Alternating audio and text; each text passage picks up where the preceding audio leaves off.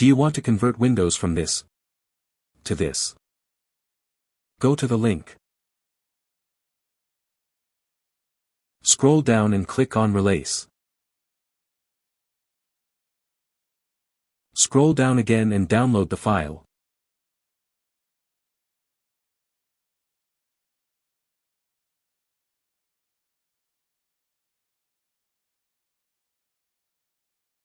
Throw the Release file into the program files.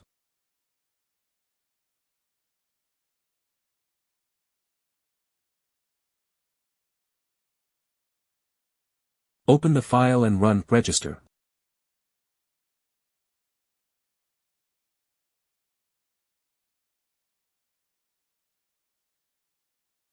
Say Run it anyway and your new feature is ready.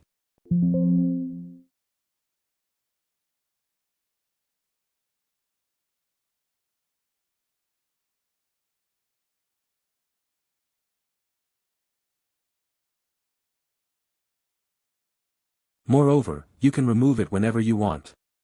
Don't forget to like the video and subscribe to the channel to support me.